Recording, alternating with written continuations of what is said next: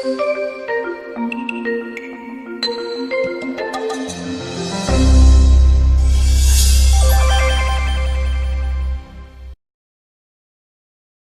God, thank you that you're God of healing, that you're God of company and companionship. Sinasamahan mo kami, nauunawaan nyo kami, at kayo, Panginoon, ang pwede naming hawakan, sundan, at kayong aming gabay, sandalan, kung kami ay nagkakaroon mga panahon ng kagipitan. Turuan nyo kami, Lord, kung ano pong dapat namin gawin sa mga karamdaman namin at karamdaman ng kapwa. At gano'n naman sa aming pagtitipon ngayon, patawarin nyo po kami sa aming mga kasalanan. Linisin niyo po kami, inaamin, tinatanggap at hinihingi namin ng tawad sa iyo ang mga pagkukulang namin. Punan niyo po kami na inyong pag-ibig at gawin niyo kaming karapat-dapat na tumanggap ng pagpapala dahil ginagawa niyo kaming karapat-dapat sapagkat kami minamahal, tinatanggap at pinapatawad niyo. May your mercies abound in our lives. We pray for our loved ones who are not with us right now. Empower them as well.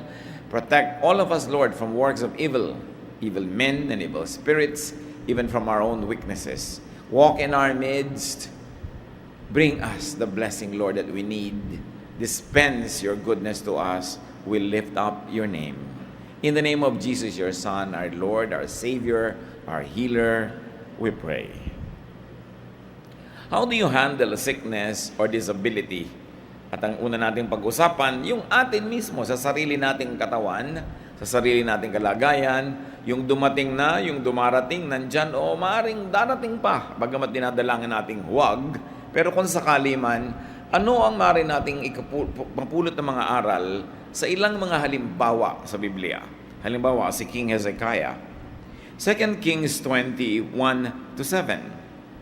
About this time, Hezekiah got sick and was almost dead.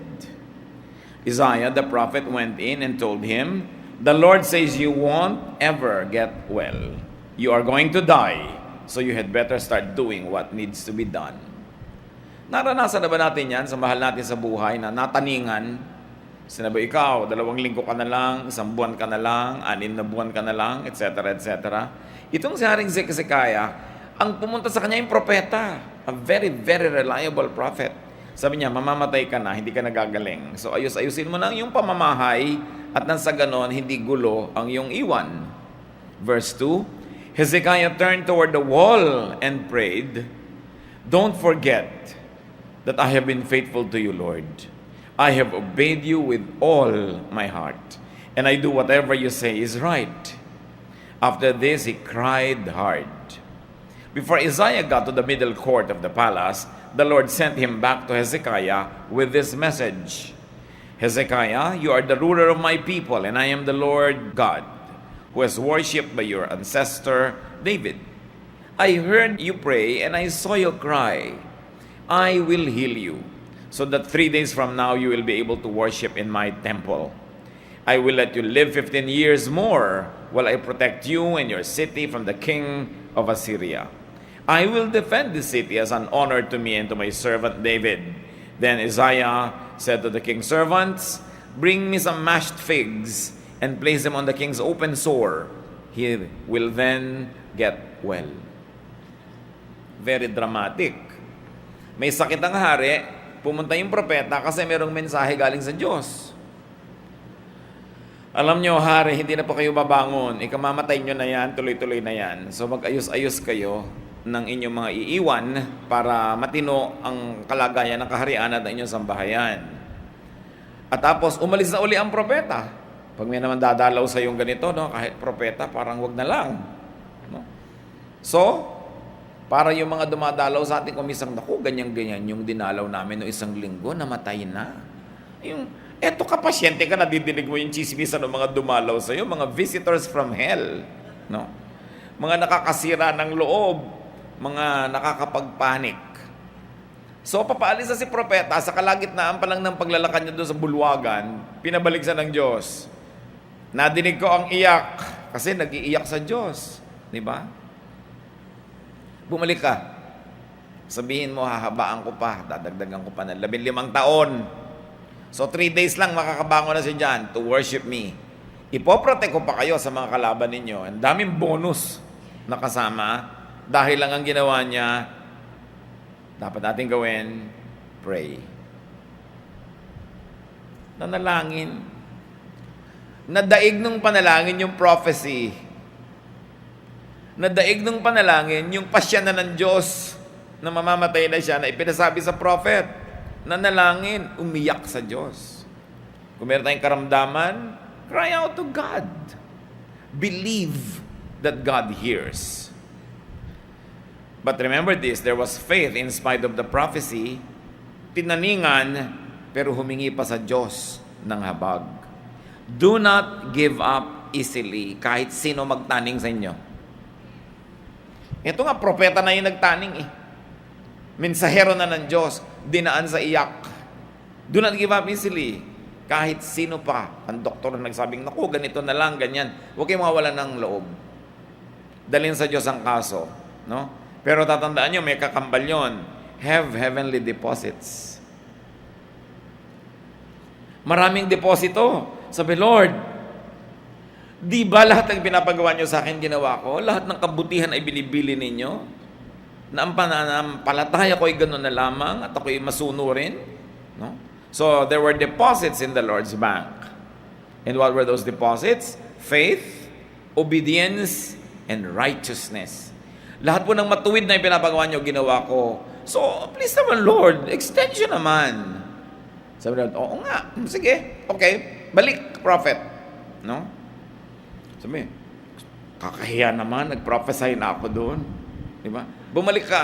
Sige, sabihin mo, 15 years pa at may dagdag pang bonus. The Lord heard his prayer and his cry. Ngayon mga kapatid, kung iiyak-iyak kayo sa Diyos, may ungkat-ungkat naman kayo na ginawa niyong mabuti. No? Hindi naman tayo nakakapanumbat sa Diyos. Hindi pwede, baka makipagtuusan ng Diyos. Siyempre, talo tayo. Pero meron man lang kayong ma-withdraw sa ganito mga moments kasi meron siyang deposits. May pinagparoonan. The Lord heard his cry, his prayer, and the Lord changed his dealing with Hezekiah, and he would give him 15 more years, plus protection. At ano pa? How do you handle sickness or disability? Receive practical medication. Matapos sabihin ng Diyos na, sige, dadagdagan pa natin ang buhay niya. Pumunta ang propeta, sabi niya, madadagdagan ka pa, 15 taon. Tapos nagbilin siya, etong itapal niya sa mga sugat niya, gagaling. Alam naman pala ng propeta, ang itatapal, hindi ipinayo. No? Kasi hindi naman nga ipinapapayo sa kanya. Pero ngayong sabi ng Diyos, sige, habaan ang buhay niyan. Sige, ganito lang gawin nyo, tapal-tapalan nyo ng ganyan, 3 days babangon. He received practical medication. Hindi ko mo meron kang faith at naniniwala kang gagaling ka na, ayaw mo nang tanggapin. Ba, sabi ng hari, sinabi mo na gagaling na ako, hindi ko na kailangan niyang gamot. Di ba, nagpagamot din siya. Ginagawa niya kung ano yung practical. Maraming mga tao, hyper faith ang umiiral, ayaw man lang gumawa ng natural at practical na paraan para siya gumaling. Tatandaan natin na ang Panginoon din ang Diyos ng kalikasan. He's God of nature. So when He uses natural things and natural law and even science, which is the product of the mind, and the mind is the product of God's creation, helpful din yun. Kailangan ginagawa mo kung ano yung pwede. Kahit pa nga, nananalig ka. Kasi yung pananalig, dadagdagan mo ng practical work, napakalakas nun. So, receive practical medication in spite of godly pronouncements. May isa pa si Job. Ang lusog-lusog. Dumaan sa pagsubok na balot ng kotakot-takot ng mga sugat, galis, at kung ano-anong mga kasakitan ng buong katawan. Job 2:7-10, Satan left and caused painful sores to break out all over Job's body from head to toe. Then Job sat on the ash heap to show his sorrow. And while he was scraping his sores with a broken piece of pottery, his wife asked, "Why do you still trust God? Why don't you curse him and die?" Job replied, "Don't talk like a fool. If we accept blessings from God, we must accept trouble as well." In all that happened, Job never once said anything against God. Ito naman si Job, ang pagkakasakit niya talagang made in heaven. Pagsubok. O tulad naman ng prophet na ang sabi, mamamatay ka na, sabi naman itong asawa, kamot ka ng kamot dyan, kaskas ka ng kaskas sa mga galis mo. Sumpain mo na nga ang Diyos, tapos mamatay ka na. Wala nang pag-asa yan. Sige, pareho na naman nakakasira ng loob. At sabi ni Job, huwag kang magsalita ng ganyan na para ko walang utak. Ang dami nating natanggap na blessing sa Diyos. Buong puso nating tinanggap. Ngayon, ito binibigay. Ayaw mong tanggapin. Pag Diyos ang nagbigay, tanggapin. At hindi daw nagkasala si Job, ni nanisi o nanumbat sa Diyos. Now, how do you handle sickness and disability? According to Job, do not let people discourage you.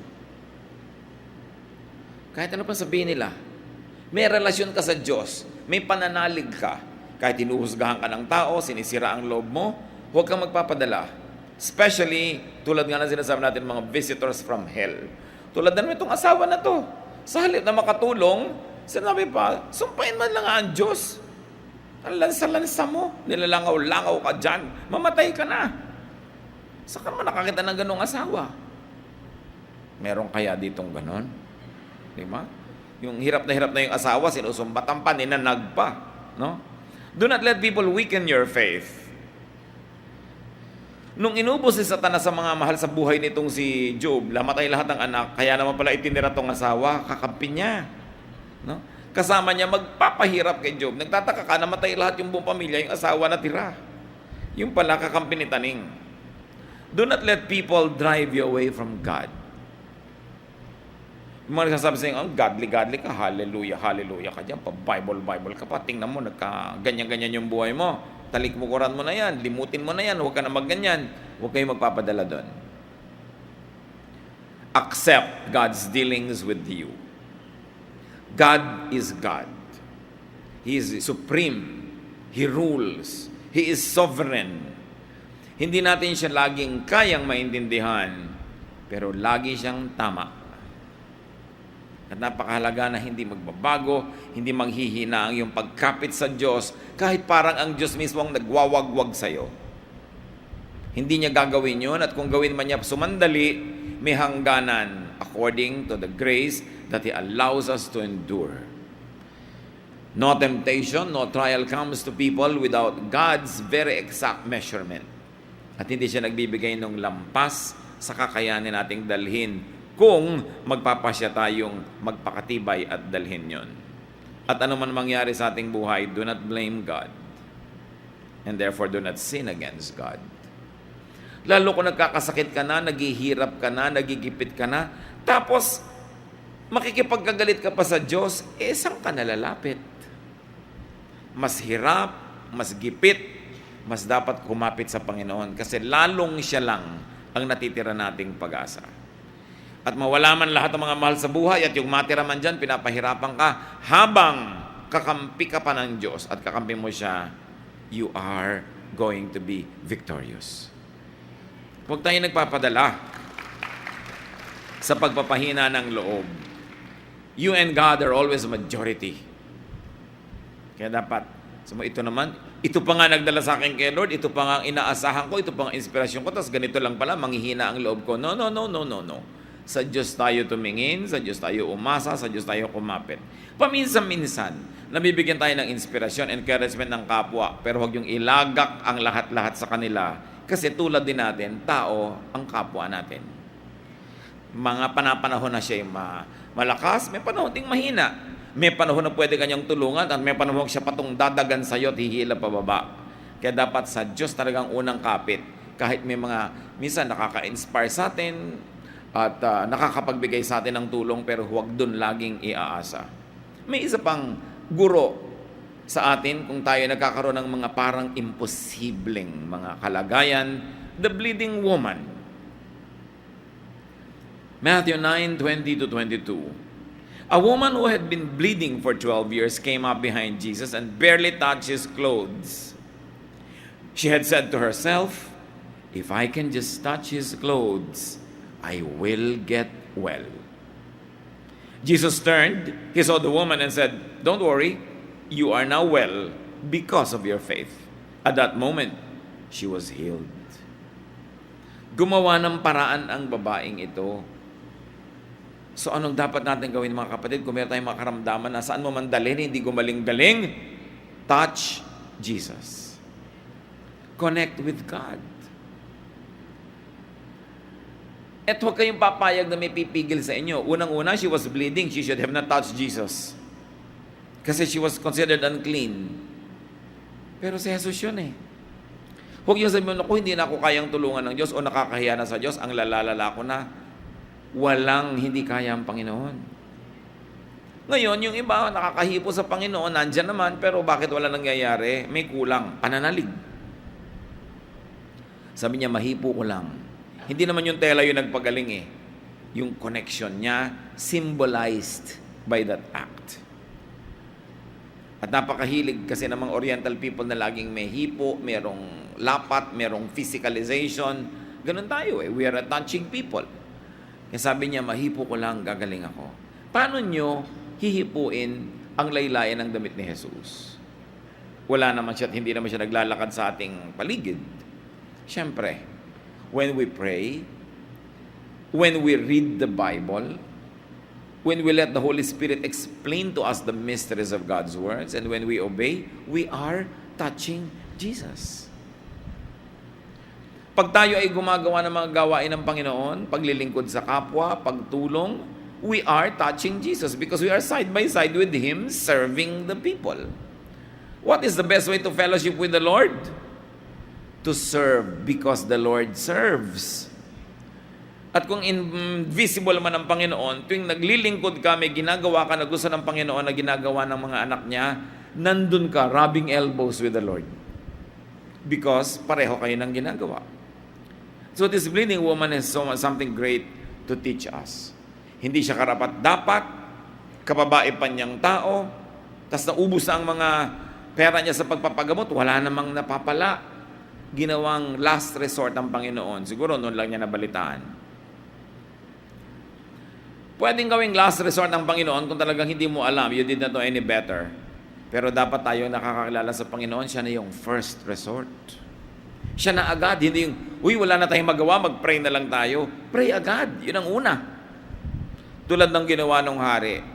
Sinong makakapagsabi na propeta, na guaranteed prophet, sinabi ng hindi ka nababangon, nabaligtad pa ng panalangin? Sino ang mga tunay na malalakas na tao? Yung taong nananalangin. Sino ang tunay na mga makakapagpabago ng kalagayan niya, ng kapaligiran ng mundo? Yung taong may pananalig at nananalangin. Because prayer is very appealing to God. Hindi pinapaliwanag sa atin, pero hindi ma-resist ng Lord na makinig sa prayer. At nakikinig siya. Kung ang Panginoon ay laging nakikinig sa prayer, gaano naman tayo kadalas manalangin? Yung iba ang tamad pa, lagi nagpapapray sa iba. Text ng text, ipag-pray mo ko. Teka, ikaw ba nagpe-pray sa sarili mo? Papray ka ng papray. Di ba? Kasi yung prayer, hindi ka lang humihingi sa Diyos, nakikipag-fellowship ka. At mahilig makipag-fellowship ang Diyos sa atin. Do what you can to connect with God. Sometimes you connect with God through singing.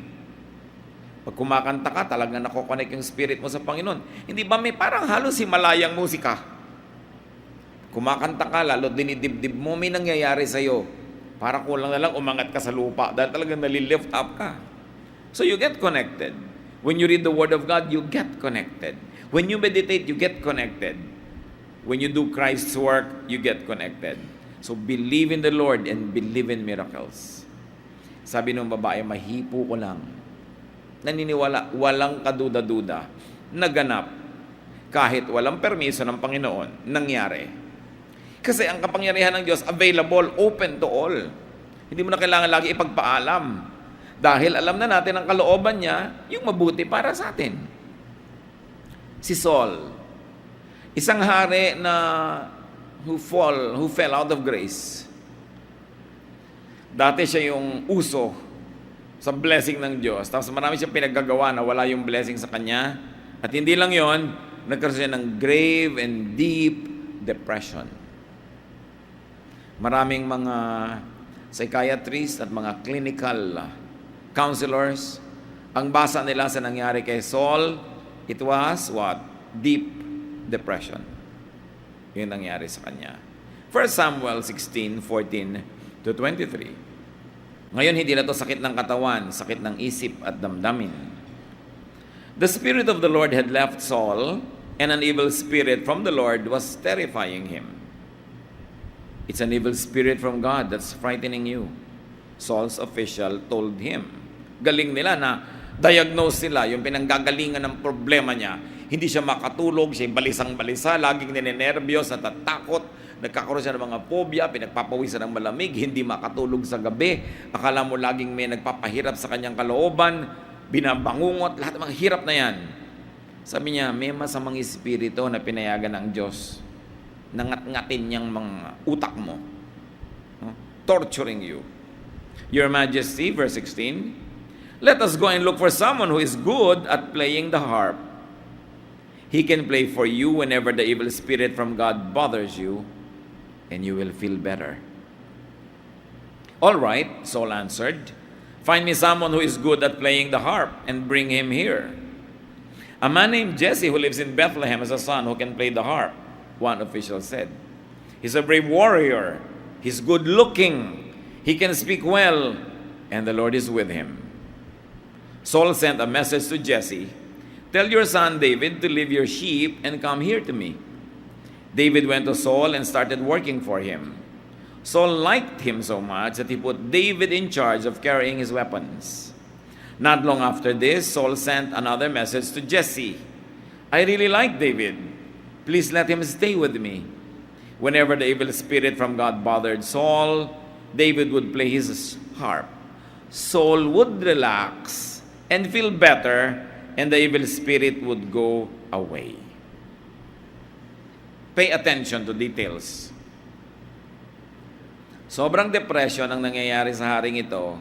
Ang payo sa kanya, spiritual ang problema mo, or mental, or emotional. In other words, it's not a physical sickness. Ang kailangan mo, may mag-minister sa iyong spirito. Sabi ng mga tao. Kailangan makahanap tayo ng magaling na musician. At pagka nagkakaganyan-ganyan ka, naririndi, natatakot, na stress, tutugtog siya. Marerelax ka. At pag narelax ka, lalayas ang masamang espiritu. At sabi nga ni Saul, sige, humanap.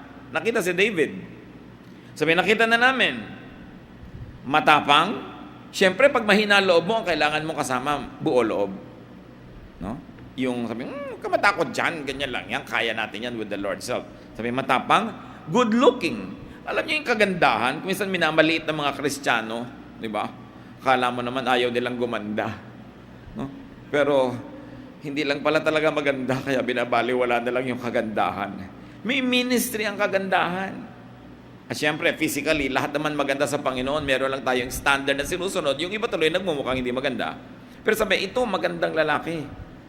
At masarap magsalita ito, masarap pakinggan. He speaks well. At higit sa lahat, kinakasihan siya ng Espiritu ng Diyos. Kita niyo yung mga qualification na pwedeng tumulong doon sa nababagabag. Ngayon, masama na loob mo, natatakot ka na, ninenervyos ka na, tapos yung asawa mo na hindi nagsusuklay. Hindi maganda. Di ba? Pag nakita mo, nagugulat ka, lalo't gabi.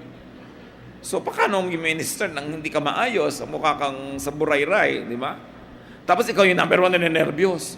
May sakit yung asawa mo, ako, dinenervyos ako. Ikaw na nauunang naninigas doon. Paano ka mag-minister? Tapos yung magsasalita ka, pabalang-balang, pasigaw-sigaw, mga pangit na mga topic, pangit na mga boses. Makakatulong ka ba nun? So sabi, humanap ka ng ganito. Anong lesson dito mga kapatid? Una, get and receive advice. Ang nagpayo sa kanya, yung mga nasa paligid, kasi kilala siya eh. Ang tunay na problema mo, spiritual, emotional. And then have gifted and anointed people minister to you. Iba-iba ang giftedness. Si David was gifted with music. Meron naman gifted with counsel. Meron naman gifted with good words. Meron gifted with teaching. Gifted with singing. Kung anong kailangan ninyo, may tao ang Panginoon na gagamitin niya para kayo paglingkuran. At sinadya ng Panginoon ang mga gifts na ito, ikinalat niya sa iba't ibang tao para kailangan natin ang isa't isa. Puwersado ka na umasa sa iba kasi yung kailangan mo nasa kanila.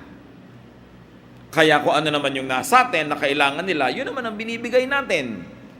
So that we will need each other, and upon needing each other, we fill each other's needs, then we become one functioning organism, one family. Yan ang kalooban ng Diyos. He gave some to be prophets, some apostles, some teachers, some evangelists, iba-iba. Kaya mahalaga yung fellowship, mga kapatid. Kasi it's only in the fellowship where all these gifts are complete and they can be ministered to you. And when you're absent from the fellowship, you cheat all of us. Why? Because you have a gift that God has designed that you give to us. And we have a gift that we give to you. Tulungan. Kung anong pangangailangan ng kapatid, ibinibigay mo. Yung kailangan mo naman, ibinibigay din ng kapatid. Bakit naman musikero ang kailangan nitong si Saul? Kasi nga, wala siyang peace of mind. Kailangan niya ng therapy. Kailangan niyang mapayapa, mapanatag. Sa ganitong uri ng mga sakit, mga kapatid, sakit ng isip, sakit ng damdamin, sakit ng emosyon, what we should do? Relax. Kaya ngayon, ang dami ng mga spa, ang dami ng mga kung ano-ano, kasi yung stress ng city life, kailangan mo ma-relax. Ang mga paa natin, lagi nakasapato, so hindi na namamasahe yung mga nerve endings sa talampakan, na kung taga-probinsya ka at naglalakad ka araw-araw sa batuhan, hindi mo kailangan ng foot spa. Kasi acupressure yun na natural. Di ba? Hindi mo kailangan magbayad sa spa para mag-jacuzzi kung naliligo ka sa ilog. No, na dinadaan-daan ka ng mga malalaking agos at kuminsan may kasama pang mga palapa ng nyog. No, talagang natural lang yung scrubbing. Kaya napakapalad ng mga nabubuhay ng malapit sa kalikasan. Pero pag nasa city ka, everything is artificial. You need to recreate soothing, relaxation, and relaxing activities. Pero dito, nakita natin mga kapatid, ano ang gamot? Surround yourself with pleasant things. Hindi lang ito gamot, prevention din. Kaya niyong pabanguhin ang bahay niyo, pabanguhin niyo. Ang tawag dyan, aromatherapy. Kasi ang maamoy ng ilong mo, diretso sa brain. Brain agad. So, syempre, alam nga namang ma-relax ka kung ang naaamoy mo, saksakan ng sangsang na baho. Diba? Kung ang naaamoy mo, parang humahalimuyak na sampagita, o hasmin, ilang-ilang, kahit mainit ang ulo mo, lalamig. Lalo't ang naamoy mo, pagkabango-bangong ginisa. Siyempre, sasarap ang gana mo dahil may naaamoy ka. Kaya yung mga tao, gusto nyong malayo kayo sa maraming sakit, simple lang, pabanguhin nyo yung kapaligiran. Huwag lang sobra dahil namamatay yung sense natin ng pang-amoy pag sobra. Ayusin mo, pagandahin mo. Di ba si David sabi, magandang lalaki yan. Pagandahin mo ang iyong bahay, pagandahin mo ang arrangement ng iyong mesa. Yung makita mo palang yung mesa mo, ang gulo-gulong parang sumabog, wala namang granada, magkakasakit ka. Yung pagbukas mo sa cabinet, napakaburara, gulo-gulo. May pusa pa sa loob. So, paano ka gagaling nun? Kailangan maayos. Ang Diyos maayos eh. Ayusin mo pa lang ang iyong buhay, ayusin mo yung bag mo, ayusin mo yung buhok mo, ayusin mo yung kapaligiran, gagaling ka na. Yun ang pinayo, hindi naman kung ano nung mga mahirap gawin eh. Tugtog lang. Kasi, bantayan nyo yung sabi sa verse, then you will rest. And after you have rested, the evil spirit will leave you. Hindi, the evil spirit will leave you, then you can rest. No, rest. And the evil spirit will leave you. Kailangan ipinapahinga natin ang ating isip, ang ating katawan, sapagkat yung pagod na isip at pagod na katawan, playground yan ng mga impacto. Pag lagi kang aligaga, lagi kang nagmamadali, lagi kang nagrarush, laging pagod na pagod, kakasakit ka. Mainit ang ulo mo, lagi kang galit. Kaya sabi, learn to relax. On the seventh day, God rested. Diyos nga, nagre-rest. Pero alam niyo yung rest ng Panginoon, hindi naman yung natulog na lang siyang ganon. Kasi ginawa niya yung kanyang creation, on the seventh day, in-appreciate niya. So may gagawin ka, appreciatein mo ngayon. May niluto ka, kakainin mo ngayon. Meron ka nilabhan, pinladya, isusuot mo ngayon. Kailangan pakinabangan mo because beauty ministers. God is God of beauty. And when we say beauty, we don't mean a certain standard of what is physically beautiful in a person's body. Alam niyo yung beauty, basta may harmony, may balance, beautiful yun. Maghahain ka nilang, tuyo lang yung ulam mo, may kamatis, lagyan mo ng floral formation. Hindi basta mo lang itinambak doon, itong tuyo. Diba? Wala ka art-art. Kailangan masaya, maganda. Find comfort, find therapy, and find beauty. Ngayon, mga kapatid, dapat tayo yon, yung parang si David. Pag tinitingnan ka ng tao na i-inspire, kasi maganda kang tingnan. No? Hindi nagmamantika ang mukha mo. Yung pinapahid-pahiran mo man lang ng kung ano yan para mukha kang bagong pahinga kahit pagod. Yung hindi pagka naamoy ka, talagang hindi na siya hihinga, di bali nang masuffocate. Huwag ka na lang maamoy. So, we minister to people. Yung paglilinis mo sa katawan mo, sa environment mo, ministry yan. Hindi lang yung pagkanta sa choir o pagpipreach ang ministry. When you enable people to rest and find beauty and inspiration, that is a very special ministry. Importante, lalo kung kayo asawa, di ba? Yung magmi-minister ka, syempre, magagargle ka man lang. Hindi yung, alam nyo yung mga diwata sa Ilog Cosito na nakamamatay ang baho ng hininga sa Florante at Laura. So, kailangan hindi ka ganun. Lalo't meron kang kapartner sa buhay. Marami kasi mga kapatid, pagka matagal na mag-asawa, hindi na talaga, walang ka-hygiene. No? Yung nakahiga, kain ng kain, makakatulog na lang. My goodness, can you imagine kung anong amoy niya mamayang alas 4 ng umaga? Tapos good morning sa'yo, talikod ka naman ng talikod. Sumasama naman ang loob. So kailangan minister through beauty. When sick or disabled, do this. Get these things. And when ministering to the sick or to the disabled, provide this. At may isang mahalaga dito, whether or not you are the caregiver or you are the one being taken care of, put your house in order. Yan ang 10. Put your house in order. Always. Napakahirap nung may sakit ka, tapos may ipinapakuha kang gamot sa kasama mo sa bahay, hindi niya malaman kung nasaan dahil ang gulo. O kaya nag-aagaw buhay ka, hindi pa malinaw sa mga tagapagmana mo kung sino ang mamana nito at noon. May bank account ka, hindi alam ng mga mahal mo sa buhay kung nasaan, anong number. Nakakadagdag sa stress mo yon. Kaya ang sabi ng propeta, mamamatay ka na, put your house in order. Huwag kang bigla mamatay, ayusin mo yan, parang iiwan mo maganda. Nakakadagdag ng ating dalahin sa loob kung hindi malinaw ang mga bagay-bagay. So put your house in order. Do your best, pray your best, and leave everything up to God. Aming Diyos. Salamat dahil meron kaming pwedeng lapitan. May mga mahal kami sa buhay, may mga espesyalista, may mga doktor. But above all, nandyan po kayo. Dalangin namin, Panginoon, yung kapangyarihan nyo, lumukob sa amin, pagalingin nyo po kami sa aming mga karamdaman. Mga kapatid, magsayuko tayong taimtim sa Panginoon. Sino man ang may karamdamang mabigat, ilapit nyo ngayon. Humingi tayo sa Panginoon ng kagalingan. Yung Diyos ni Hezekiah, Diyos din natin. Yung Diyos ni Job, Diyos natin. Ang Panginoong Yesus, the same yesterday, today, and tomorrow. Sa ilang saglit ng katahimikan, manalangin kayo para sa kagalingan ng inyong sariling mga katawan. Sa susunod, ipapanalangin naman natin ang mga mahal natin sa buhay. Pero ngayon, I'd like you to pray for yourself. Kung ano ang inyong karamdaman, lalo't mabigat ito, ilapit ngayon, ihingi ng himala sa Panginoon.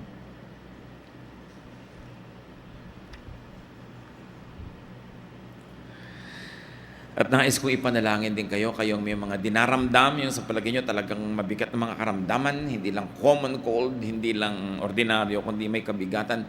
We're going to pray, we're going to ask God to touch your body. We're going to ask God to move in our midst and do what is good at.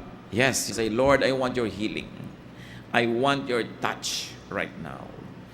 Dumadalangin ako, Panginoon, kayo lang ang tunay na walang mintis kung magpagaling.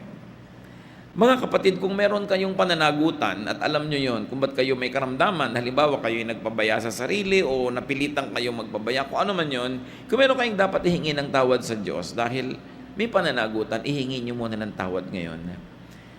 Makipaglinaw sa Diyos at sabihin ang inyong mga pagkukulang kung bakit dinaranas ang karamdamang ito. Yun naman ay kung meron kayong alam, lumapit sa Diyos, humingi ng tawad.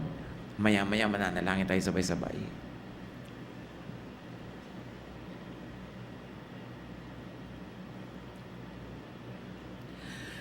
Ama namin sa langit, kayo na nakakaalam ng kalagayan ng bawat katawan namin. Kayo na hindi namin pwedeng paglihiman kung paano kami nag-alaga o nagpabaya sa mga katawan namin. Kung meron kami mga pagkukulang na alam, Panginoon, patawarin niyo po kami. At maging mga hindi namin alam, nagkulang pala kami sa aming mga sariling katawan, patawarin niyo rin kami. Ang tapos ay tapos na, hindi na namin maibalik, humihingi kami, Panginoon, ng pagpapagaling niyo. Na yung pagkukulang namin sa mga sarili naming katawan, kayo po ang magpuno.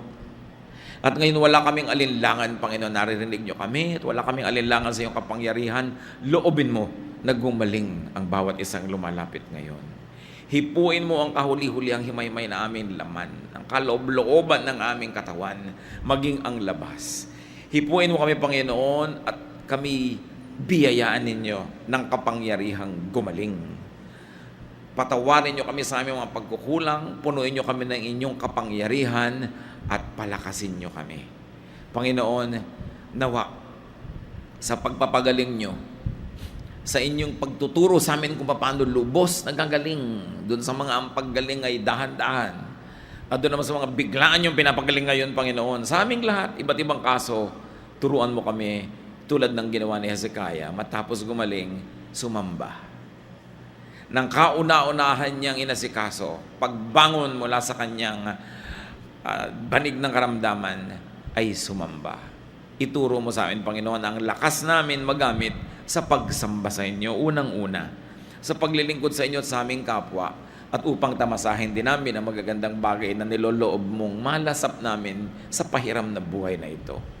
Ituro mo sa mga kapatid na ito, Panginoon, kung saan kukuha ng mga lunas, kung saan kukuha ng mga David na makaka-minister sa kanila, kung saan at papaano magre-relax at nang sa ganun, ang katawan iwan ng mga masasamang espiritu na ayaw naman sa amin kung kami relax. Gustong-gusto ng mga espiritong ito na kami ay mga aligaga at mga lito at mga nagmamadali. So ituro mo sa amin, Lord, to pace ourselves, to relax in the right moments, so we will not be breeding ground for evil spirits. At nawa, Panginoon, sa pagpapagaling niyo sa amin, mabigyan namin ng kaluwalhatian kayo sa aming lakas. Sa mga kapatid na narito, wala namang inilalapit sa inyong mga anumang malalaking karamdaman, salamat po. At nawa, bukod sa mga hindi namin alam, ay talagang napakalakas ng aming mga katawan. Bigyan mo ng katuturan ng buhay namin, Panginoon. Hindi lang para sa sarili ang lakas, kundi magamit sa mga mas dakilang bagay. 14. Clothe yourselves with the Lord Jesus Christ. Napakalinaw ng itinuturo, parang ituring na damit na isinusuot ang Panginoong Jesus. At para saan ang pagsusuot sa Kanya bilang damit? Dress code. Mga kailangang isuot sa mga okasyong hinihingi ang tamang kasuotan. Dear Lord, we thank you for this day. We thank you for another day of life. Salamat po sa patuloy niyong pagbibigay sa amin ang pahiram na buhay na ito, maging ang pahiram na lakas at mga pahiram na mga pangangailangan namin. Nawa kami, Panginoon, ay makapagdulot sa inyo ng kaluwalhatian sa aming pagsunod, pakikinig, at sa aming pamumuhay ayon sa iyong kalooban. Ngayon, Panginoon, kayo po ang siyang mangaral. Turuan niyo po kami, akayin, papagliwanagin ang aming isip, lalo sa mga bagay na may kaugnayan sa buhay na walang hanggan sa aming relasyon sa iyong anak na si Jesus. Magturo po kayo, Panginoon, at ang aming isip ay inyong hubugin para makapamuhay kami ayon sa iyong kalooban. Dinadalangin namin ang lahat ng ito, may pasalamat sa ngalan ng iyong anak na si Jesus. Dress code.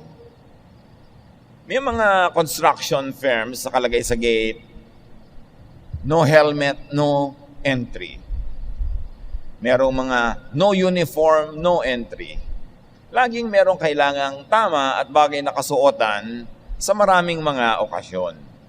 At ito ang naging basihan ng pagtuturo ni Jesus ng isang mahalagang aral. Matthew 22, 1-2.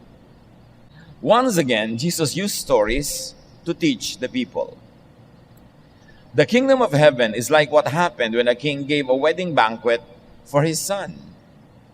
Inihahalin tulad ng Panginoon ang kaharian, ang paghahari ng Diyos sa isang handaan, sa isang malaking piging.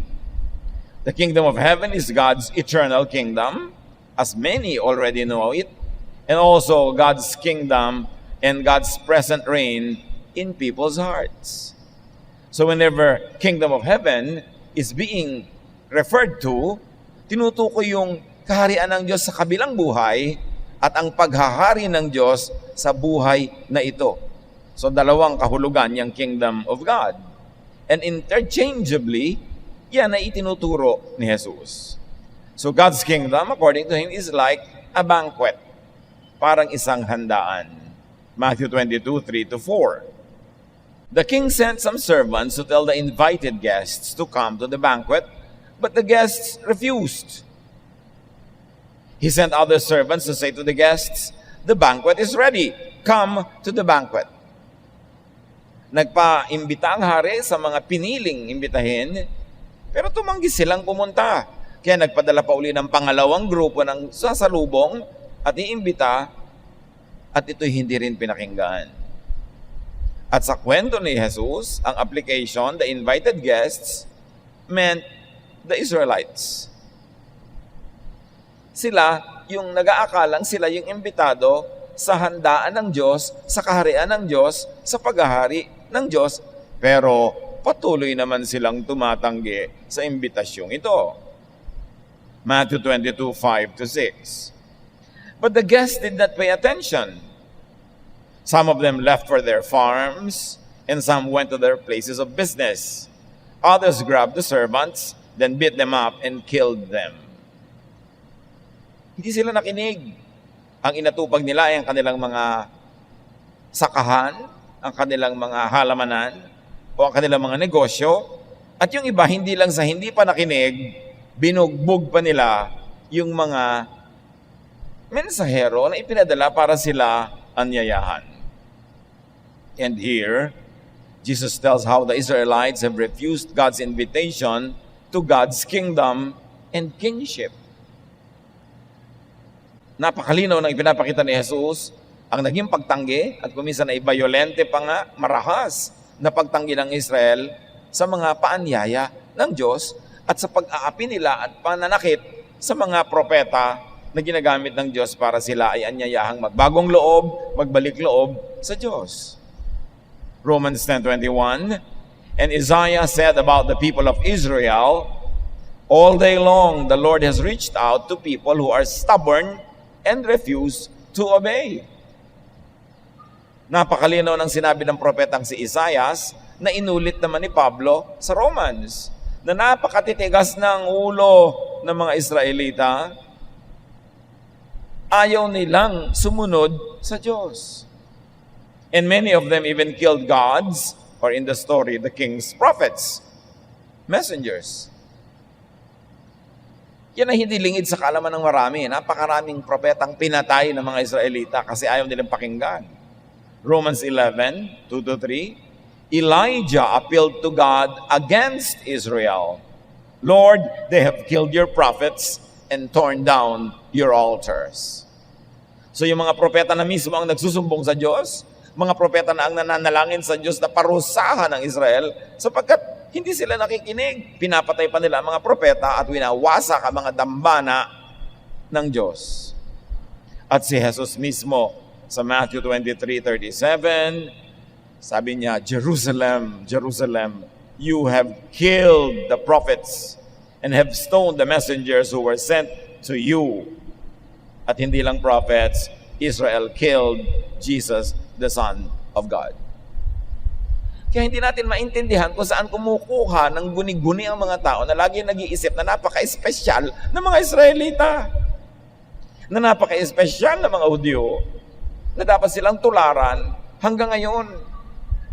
Ang linaw-linaw sa Old Testament, sa New Testament, sa Jewish Scriptures, sa Christian Scriptures, na ang mga Israelita mismo ang pagkatitigas ng ulo at ang mga propeta nila ay pinapatay nila at ang mga propetang ito mismo ang nagsusubong sa Diyos, dumadaing sa Diyos.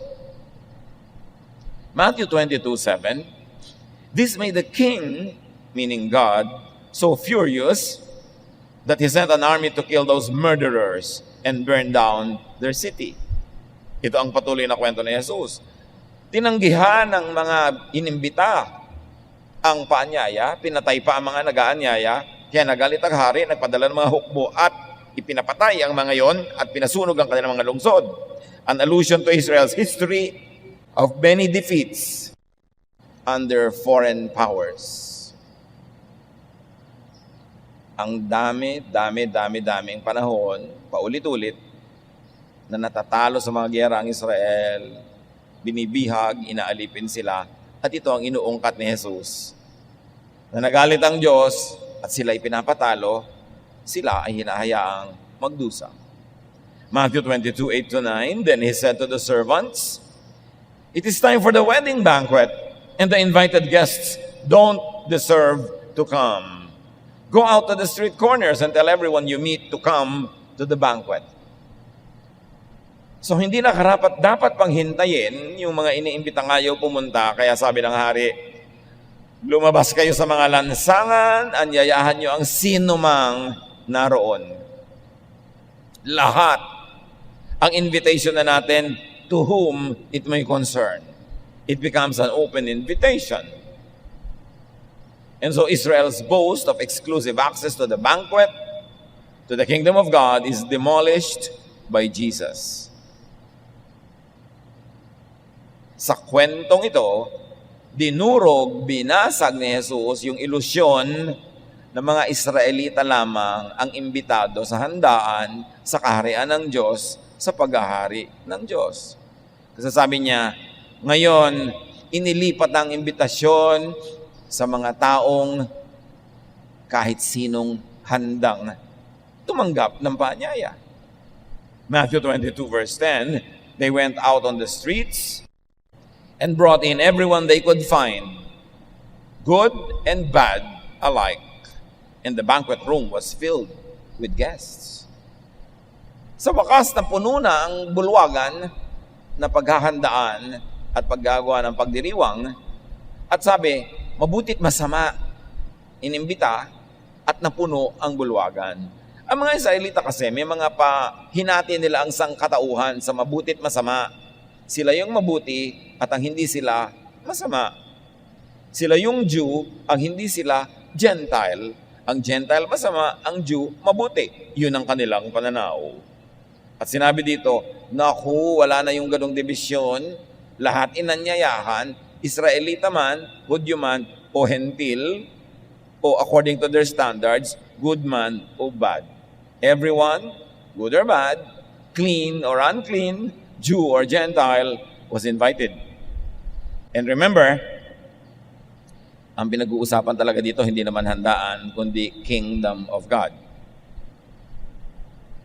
Good and bad are no longer determined by the law of the Jews, but by the gospel of Jesus. Naiba na ang panukatan. Hindi na sinusukat ang tao kung Jewish ka ba, Israelite, or Gentile? Ikaw ba ay sakop ng law ni Moses o hindi? Hindi na yun ang pamantayan. Ang pamantayan na ay, inimbita ka ba at tinanggap mo ba ang imbitasyon? Yun na ang pinag-uusapan. Hindi na kung Hudyo ka o hindi, Gentile ka o hindi, kundi tinanggap mo ba yung open invitation? At yan ay nilinaw sa Romans 3:21-22 ni Pablo. Now we see how God does make us acceptable to Him. The law and the prophets tell how we become acceptable, and it isn't by the law of Moses. God treats everyone alike. He accepts people only because they have faith in Jesus Christ. So yun na ngayon ang naging bagong kahulugan ng good, ng godly. Hindi na yung kandarapa at nagkakandahirap sumunod sa law of Moses. Ibig sabihin, hindi na yung mga legalistic Jews, hindi na yung mga legalistic religyoso. Ang good na ngayon ay yung may pananalig kay Jesus. Pag nananalig ka kay Jesus, itinuturing ka ng langit na good. No matter what your record is, what your history is, no matter your personal performance, when you believe in Jesus, you are considered good. When you accept the invitation, you come into the banqueting table, you are considered good. Galatians 3:26-28. All of you are God's children, not because you are Jews, not because you obey the law, but because of your faith in Christ Jesus. And when you were baptized, it was as though you had put on Christ in the same way you put on new clothes. So niya, kayo yung mga anak na ng Diyos, hindi dahil kayo'y Hudyo, naging Hudyo, sumunod sa law of Moses. No! Anak kayo ng Diyos dahil nanalig kayo kay Jesus. At nung kayo binautismohan, ay tulad nyo yung nagsuot ng bagong damit. Ang damit nyo ngayon si Jesus. Hindi na yung dati nyong damit na identity nyo, religious identity, religious label, performance, personal record. No! Ang damit nyo na ngayon so you can enter with remember, no uniform, no entry. Ang damit nyo na ngayon, si Jesus. Siya na yung ticket. Verse 28, faith in Christ Jesus is what makes each of you equal with each other. Whether you are Jew or a Greek, a slave or a free person, a man or a woman. Sabi, pag may pananalig kayo kay Jesus, pare-pareho kayong anak ng Diyos, so pantay-pantay kayo. Walang lamang yung Hudyo sa hindi Hudyo. Walang lamang yung Israelita sa mga hindi Israelita. Walang lamang yung Malaya sa mga alipin. Walang lamang ang lalaki sa babae. Walang lamang ang matanda sa bata. Walang lamang ang matalino sa mangmang. Pag nananalig kayo kay Jesus, kayo'y pantay-pantay. Ubod ng linaw, nakakapagtaka naman, may mga taong kandarapa pa sa pangangayupa pa sa paanan ng mga Hudyo hanggang ngayon. They treat Israelites as first-class believers and non-Israelites only as second-class believers. This is so unbiblical, ungodly. Isang malaking kasinungalingan at isang malaking pang-uuto para meron na namang mga inferior at meron na namang mga superior. Sinabi na ang pananalig kay Jesus ang nagpapantay-pantay sa inyong lahat. At pagka kayo nananalig, lahat kayo patungo sa kingdom. Lahat kayo, in fact, ay nasa kingdom na. Yung dinadalangin natin, thy kingdom come. When you believe in Jesus, the kingdom comes into your heart. Kahit hindi ka pa namamatay at lumilipat sa kabilang buhay, yung kingdom na advance na sa'yo in your heart. So, balik sa kwento. Nagpasukan ng mga inanyayahan.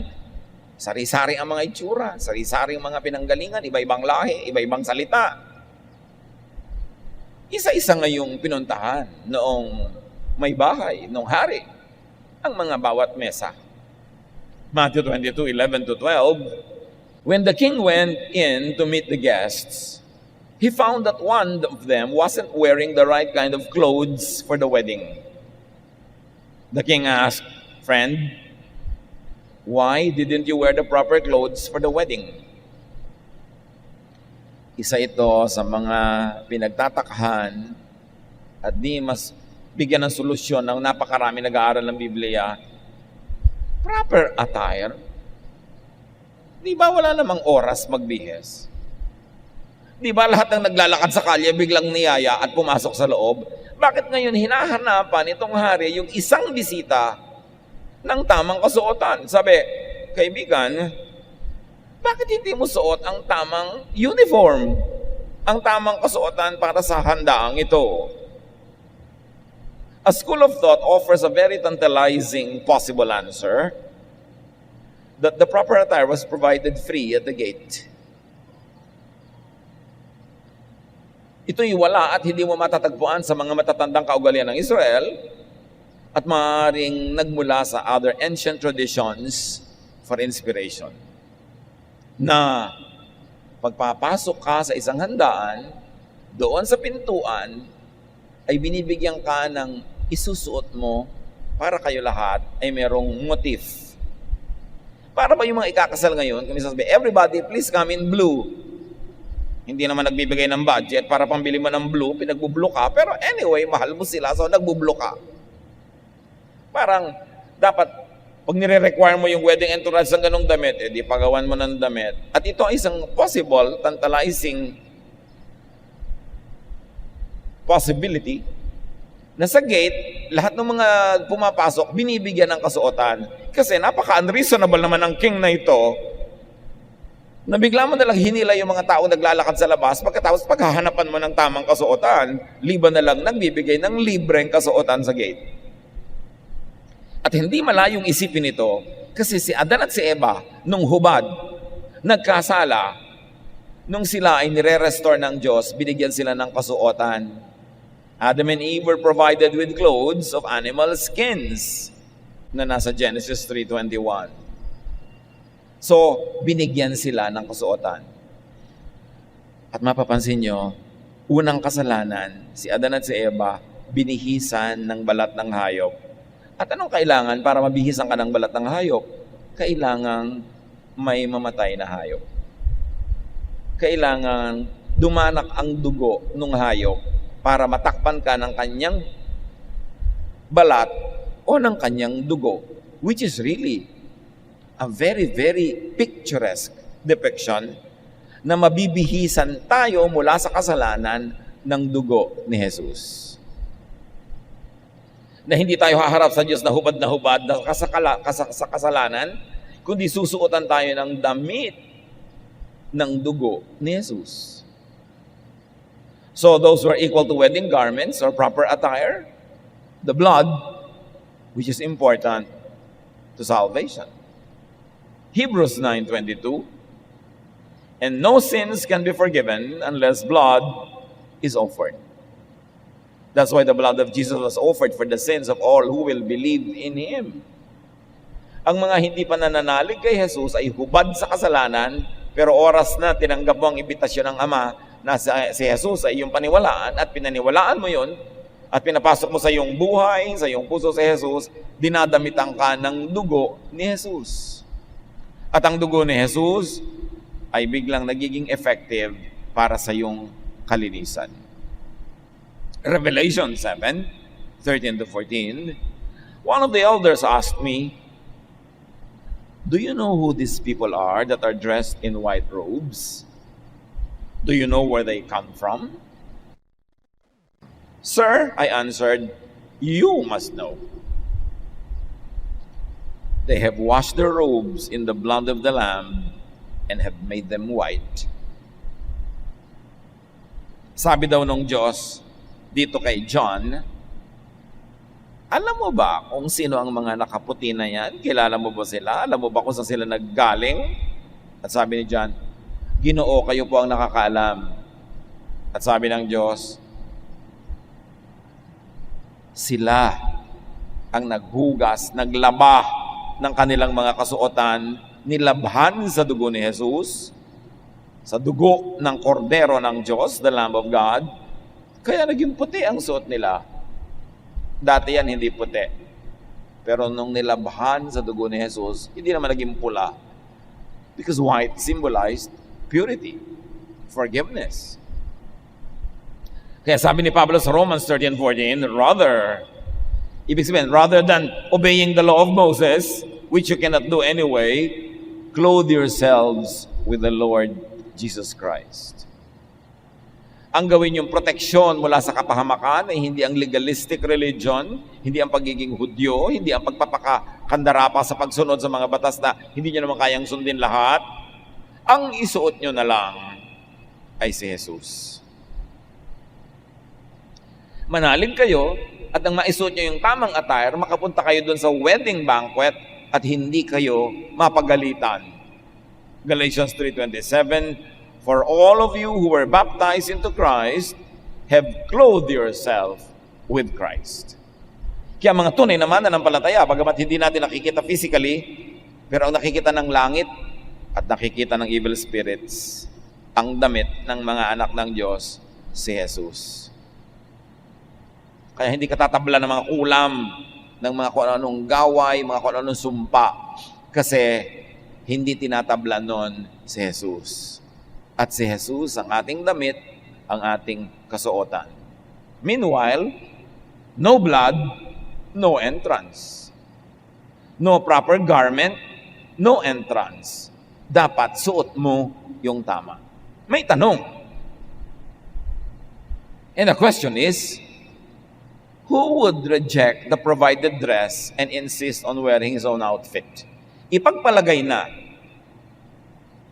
At ito'y haka-haka lang natin kasi hinahanapan natin ang sagot yung tanong na, bakit naman pinaghahanapan ng damit? Bigla-bigla lang inimbita. At ang ating pinagbabasihan ay mga ibang mga references, lalo sa pagbibihis kay Adan at kay Eva, ipinrovide yung damit. Kung papasok ka dito sa handaang ito at ibinibigay yung libreng damit sa gate, sino kaya ang tatanggi sa damit na yon? Anong uri ng tao ang tatanggi sa, ayokong isuot yung binibigay niyo sa gate? Of course, someone who considers the provided and required attire, and in this case, meaning the blood of Jesus, as inferior. Pag nagagandahan ako sa sarili kong damit, binibigyan mo ko ng isang damit yan sa gate para isuot, tatanggi ako. Ibig sabihin, mas maganda ang damit ko kaysa dyan. Mas bagay ako kumaten sa wedding na ito, sa banquet na ito. So, huwag ko nang isuot yung binibigay mo kasi mas maganda naman tong akin. Who would refuse such an attire? Someone who considers his own clothes, and the spiritual meaning is his own righteousness, as superior to the provided attire. Kung physical na damit ang pinag-uusapan, ang tatanggi doon sa ibinibigay ay yung ang tingin niya, yung sarili niyang damit, mas maganda. And in a spiritual application, sino ang tatanggi kay Jesus bilang tagapagligtas? Sino ang tatanggi sa libreng kaligtasan dahil sa sakripisyo at dugo ni Jesus? Di yung mga taong ang tingin nila sa sarili banal na, okay na, hindi nila kailangan ng forgiveness, hindi nila kailangan ng grace kasi they obey the law. Yun ang equivalent ng taong hindi isinuot yung proper wedding attire. Which really means insisting on one's own merits. At ano yung mga merits na yon? Tulad ng ethnicity. Hoy, Israelite ako, hindi ko kailangan si Jesus. Those who insist on their nationality as a privilege in heaven. Those that consider legality. I obey the law. I tithe. I do not eat blood. I do not work on the Sabbath. Yung mga ganon, mga legalidad. Those that insist on their own merits as ticket to the banquet. Sino ang tatanggi sa damit ni Jesus? Yung ang tingin, yung damit niya, tama na o maganda na. But the arrogant guest had no excuse. Wala naman siyang dahilan para magyabang. Kasi hindi naman sapat yung damit niya. Hindi sapat ang pagiging Israelite. Hindi sapat ang pagsunod sa mga law of Moses. Hindi sapat ang membership sa anumang relihiyon. Walang ganon. Hindi sapat ang religious service. Hindi sapat yung naglilingkod ka, meron ka ministry. Sabi ni John sa Matthew 3:9, sa mga Israelite na ipinagyayabang, apo kami ni Abraham. Hindi namin kailangan yung bautismo mo. Hindi namin kailangan yung Jesus na yan. Sabi ni John, don't start telling yourselves that you belong to Abraham's family. I tell you that God can turn these stones into children of Abraham. Huwag niyong ipagyabang na Israelita kayo, na apo kayo ni Abraham. Hindi na-impress ang Diyos dyan. Kahit ang mga batong ito, kung iibigin ng Diyos, magagawa niyang anak ni Abraham. At mabuti pa, ang mga batong ito dahil susunod, kayo, mga bato ang puso nyo, pinapatay nyo ang mga propeta, ang tagal-tagal na, hindi kayo nakikinig. Kaya huwag nyo ipagyabang ang inyong nationality. Huwag nyo ipagyabang ang inyong ethnicity. Wala yang epekto para kayo pumasok sa kaharian ng Diyos. So balik sa kwento, sabi nung hari, bakit hindi mo suot ang tamang kasuotan?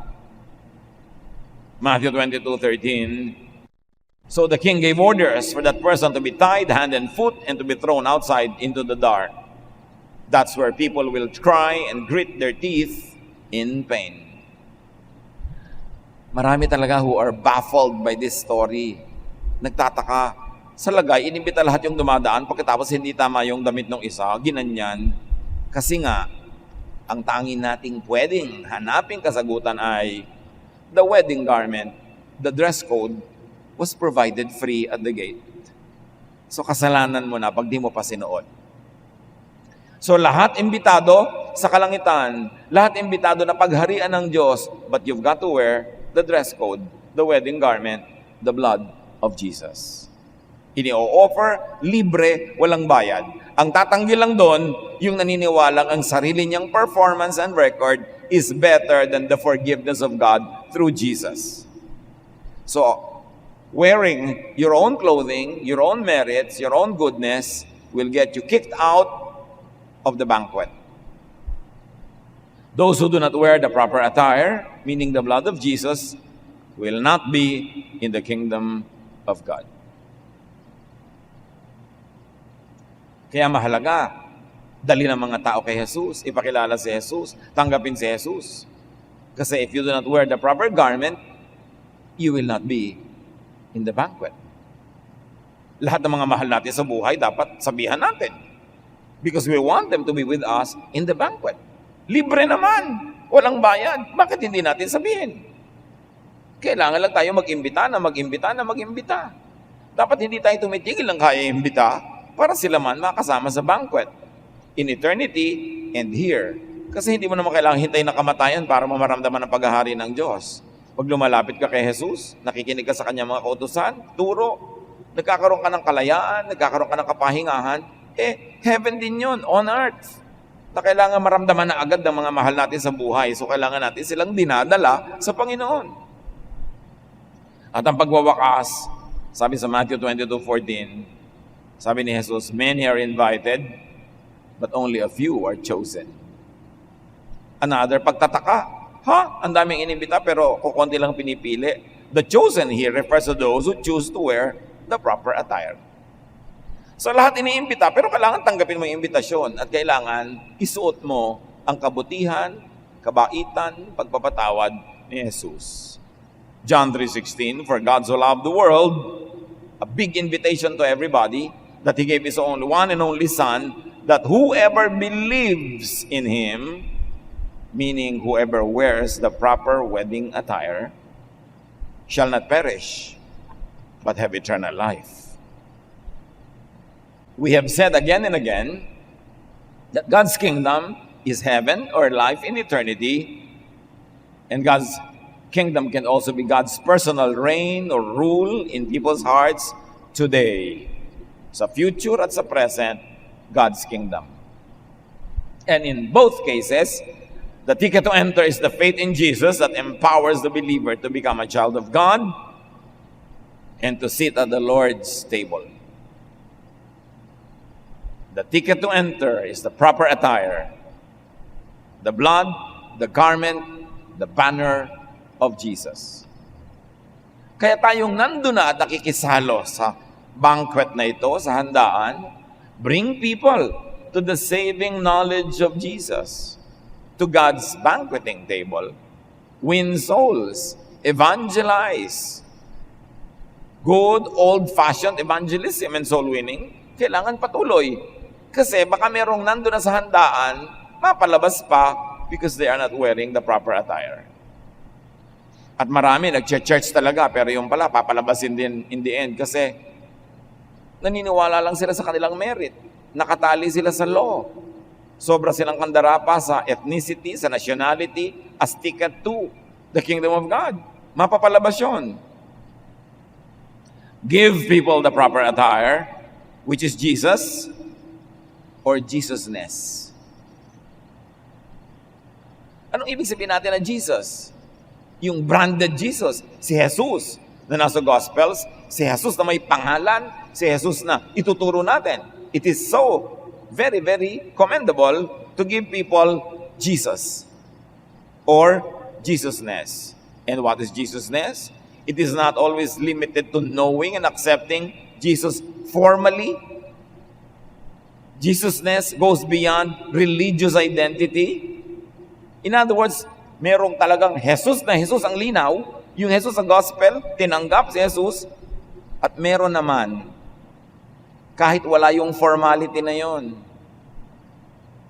sa buhay, sa puso, sa pananalig, sa asal, Jesus na Jesus, yun ang Jesusness. So, yung pagiging maka-Jesus, ang pagsusuot ng garment, hindi lang limited sa mga formal Christians who are identified formally and legally with a Christian congregation or sect. Yun yung Jesus. But Jesusness is generic, not branded. So in this case, righteousness or ticket to the kingdom is not always about formal religion or formal religious identity. It is not about religious label or membership or formal doctrinal declarations. Marami kasi, gusto nila, sila lang ang may hawak ng kaligtasan. Sila lang ang may hawak ng susi at sila lang ang pwede magbukas ng langit para sa iyo. So kailangan, para ka magpunta sa langit, maging member ka ng church nila. Kailangan para magpunta ka sa kaharian ng Diyos, sundin mo itong mga inuutos nila, ipinasusuot nila, yung mga ipinagagawa nila, nilagyan nila ng lisensya ang pagpunta sa kalangitan at sila ang may hawak ng lisensya na yon. Ganyan ang itinuturo ng marami. And that is formal religiosity.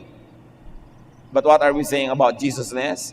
The informal spirituality, yung kahit hindi ka sumali sa ganong grupo, kahit hindi ka sumali sa ganong sekta, hindi ka nagkaroon ng ganitong label, pero ang puso mo, Jesus na Jesus, ang ginagawa mo, Jesus na Jesus, nasa iyo ang Jesusness. At kung minsan, may mga tao na hindi nila alam, nag-ahari pala sa puso nila si Jesus, dahil hindi lang nila alam yung label. So, yung pagpunta sa kaharian ng Diyos, hindi limitado sa formal membership in any organization. Yan ay nakasalalay sa personal mong relasyon sa Diyos, sa personal mong pagiging tulad ni Jesus, kahit hindi ka laging aware na katulad ka pala ni Jesus, pero ang mahalaga, tulad ka ni Jesus sa isip, sa salita, sa gawa. Kasi marami mga tao religyoso, may formula ang religion nila, may mga pangalan, may mga label, pero sabi ni Jesus, I don't know you. Matthew 7, 22-24. Many will say to me on that day, the day of judgment, Lord, Lord, did we not prophesy in your name, and in your name drive out demons, and in your name perform many miracles? Then I will tell them plainly, I never knew you. Away from me, you evildoers. Parang yung tao doon sa wedding na pinalabas, itinali, iginapos, hinagin sa labas. Sabi ni Jesus, oo, religyoso ka. Oo, nagpo-prophesy kayo in my name, nagpipreach kayo. Oo, nagpapalayas kayo ng mga demonyo sa pangalan ko. Oo, naghihimala pa nga kayo. Pero eto, sinasabi ko sa inyo ng diretsahan, hindi ko kayo kilala. Hindi ko kayo katulad. Puro lang kayo relihiyon, pero masasama ang puso nyo. Di kayo mababait, religyoso lang kayo. Puro kayo religious formula.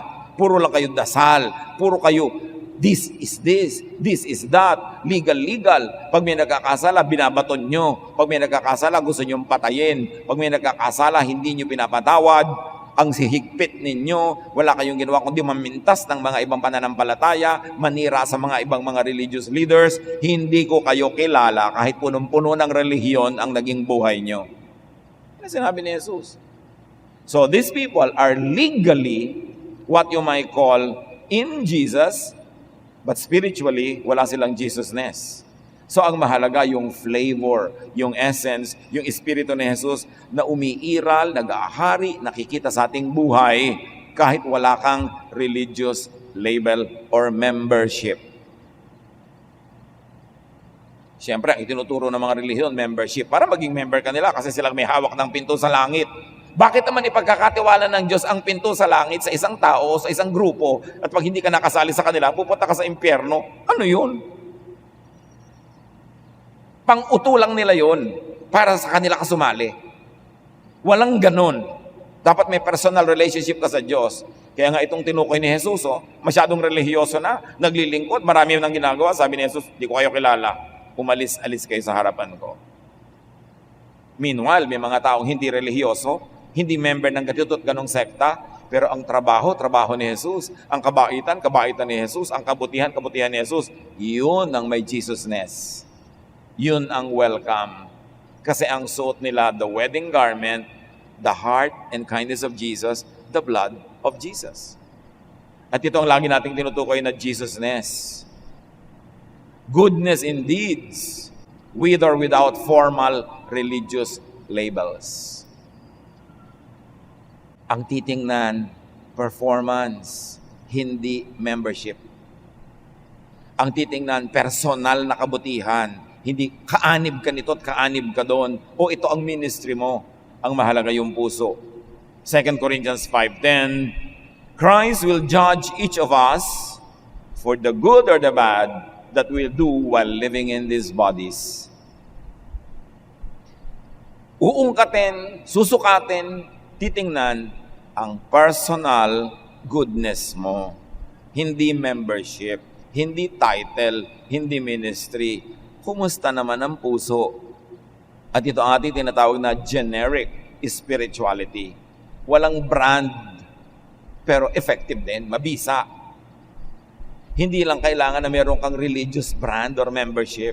Ang mahalaga, personally, privately, between you and God, ano ka ba talaga? Sino ka? Matthew 25:31-46, sabi ni Jesus, when the Son of Man comes in His glory, and all the angels with Him, He will sit on His glorious throne. All the nations will be gathered before Him, and He will separate the people from one from another, as a shepherd separates the sheep from the goats. He will put the sheep on His right, and the goats on His left. Pagdating daw ng paghuhukom, uupo sa kanyang luklukan ng Panginoon at hahatiin niya ang mga tao tulad ng paghahati ng isang pastol sa kambing at sa mga tupa. Ilalagay sa kanan ng mga tupa, ilalagay sa kaliwa ang mga kambing. So meron palang ganon, may tupa, may kambing. Then the king will say to those on his right, come, you who are blessed by my Father, take your inheritance. The kingdom prepared for you since the creation of the world. So kingdom na naman ang pinag-uusapan. Yung banquet na naman. For I was hungry and you gave me something to eat. I was thirsty and you gave me something to drink. I was a stranger and you invited me in. I needed clothes and you clothed me. I was sick and you looked after me. I was in prison and you came to visit me. Then the righteous will answer him, Lord, when did we see you hungry and feed you? Or thirsty and give you something to drink? When did we see you a stranger and invited you in? Or needing clothes and clothe you? When did we see you sick or in prison and go to visit you? We don't remember having done that. The king will reply, truly I tell you, whatever you did for one of the least of these brothers and sisters of mine, you did for me. So sa paghati ng Panginoon sa mga tao, sasabihin niya doon sa isang grupo, tanggapin ninyo ang kaharian ng Diyos na inihanda sa inyo mula pa noong simula. Dahil gutom ako, pinakain niyo ako, uhaw ako, pinainom, giniginaw, dinamitan, may sakit, nakakulong, dinalaw. Hindi dahil member ka ng ganitong relihiyon, hindi dahil member ka ng ganitong sekta, hindi dahil sumunod ka sa mga kautusan ni Moses, hindi dahil ganito ang iyong haircut, ganito ang iyong damit, hindi dahil ganito ang forma ng iyong bautismo, hindi dahil ito ang kinakain mo sa Lord's Supper. Wala yun sa usapan. Hindi yun ang nagpapapasok sa kaharian ng Diyos. At sabi ni Jesus kasi, gutom ako, pinakain niyo ako. Uhaw ako, pinainom. Nangangailangan, binigyan. Kailan naman po nangyari yun? Wala naman kaming ganong naaalala.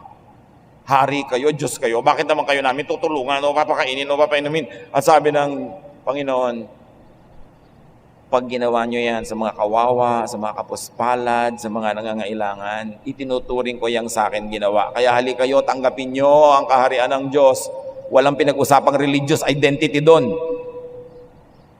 Walang pinag-usapang religious membership or legal religion. Ang sinukat, puso, kabutihan, Jesusness. Kasi ganun si Jesus.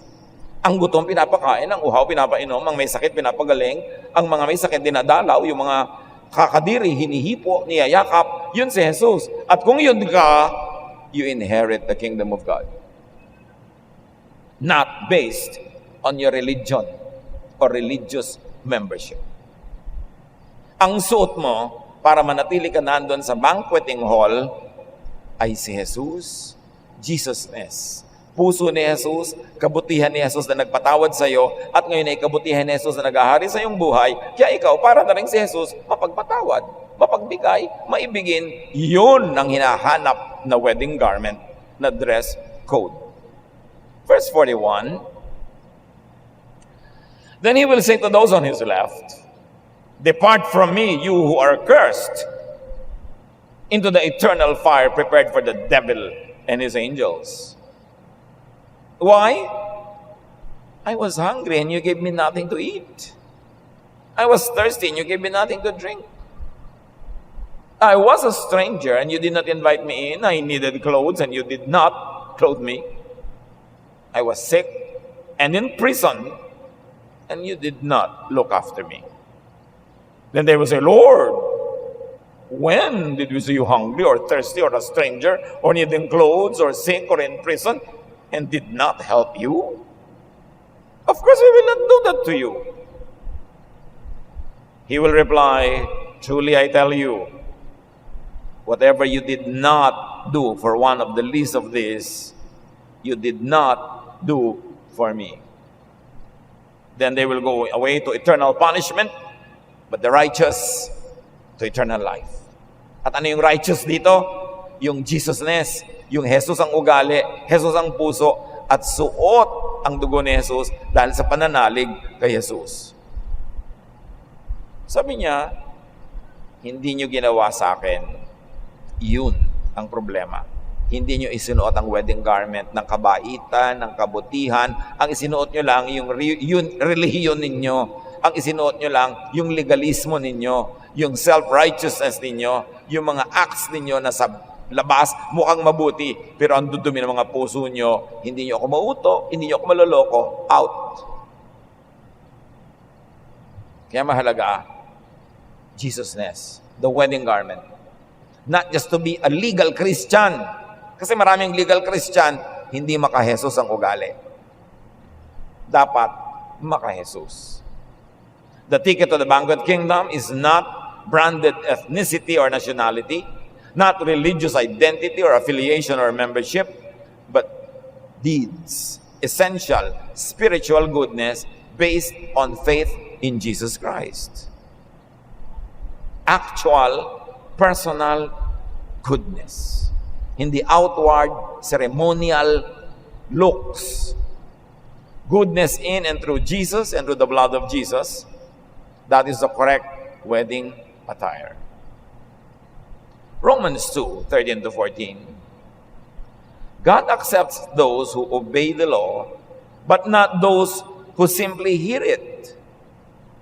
Some people naturally obey the law, commands, and even though they don't have the law. Ang linaw ng sinabi dito, maraming tao, kahit hindi nila hawak yung Biblia, sumusunod sila sa diwa nun. Maraming tao, kahit hindi sila legally Jewish or Christian or any branded religion, sa puso nila, sa action nila, sa salita nila, maka-Jesus sila, Jesus na Jesus sila, ito ang itinuturing ng Diyos na kanyang mga anak. So may mga tao, hindi naman nila alam yung law. Hindi naman sila Israelite. Hindi naman sila nagkaroon ng contact with Israel. At sa lagay, kung hindi sila nagkaroon ng contact with Israel, pupunta na sila sa impyerno. Sabi sa Romans, Maraming Israelita alam yung law, pero hindi nila sinusunod. May mga tao, hindi Israelita, pero sinusunod nila yung law, likas, kusa sa puso nila, without any conscious knowledge of the law. But in life, they obey it. Sabi niya, ito ang mga anak ng Diyos. So hindi mo pwedeng ilimit ang anak ng Diyos to a certain ethnicity or nationality or religious group. The Jews have the law, but they don't obey. Meanwhile, many Gentiles do not have the law, but in their life, they obey. These are the people that Jesus calls the children of God, the children of Abraham. Ang linaw-linaw ng sinasabi ni Paul, it is faith in Christ that makes us children of God, not our nationality, not our legality, not our religiosity, but our personal relationship with God through Jesus. And that personal relationship is proven by doing good, by good works. Good works will not save you, but if you are saved, you do good works. Pinapatunayan mo, at hindi lang pakitang tao kasi nagbago ka talaga sa loob. Gusto mo talagang gumawa ng mabuti. Kaya mga tao nagtatanong, ano nga ba ako ng Diyos? Anak nga ba ako ng Diyos? Huwag nyo nang tanungin kung ano mga law ang nasusunod nyo, kung ano ang membership nyo, kung kailan kayo binaptize. Ang itanong nyo lang ito, yung ugali ko ba? Ugali ni Jesus. Yung kalooban ko ba? Nagahari si Jesus. Ako ba'y mabait? Hindi yung ganito ang buhok ko, ganitong damit ko, ganitong suot ko. Ang tanong mo, mabait ba ako? Mabuti ba ako sa kapwa? Yun ang pamantayan ni Jesus. Hindi yung nakikita ng mata. Hindi katulad ng mga Pharisees, mga teachers of the law. May mga kulot-kulot pa mga patilya nila, ganito ang haba ng kanilang buhok, ganito ang kanilang damit, ganito ang mga seremonya nila. Pero sabi ni Jesus, you hypocrites, stay away from me. Panglabas lang ang relihiyon nyo, wala sa puso. Kaya mahalaga sa puso.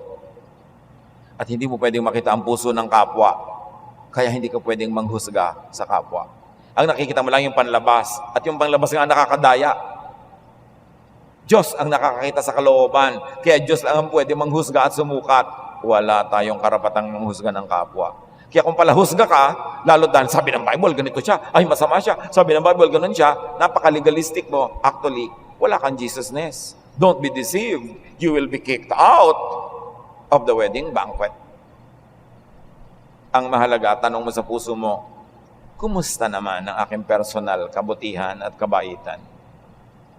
Wear the wedding garment, which is faith in Jesus. Pero mayroon pang higit na mahalaga. May pinag-uusapan na yung generic Jesusness, yung hindi clear, hindi malinaw, legally, formally.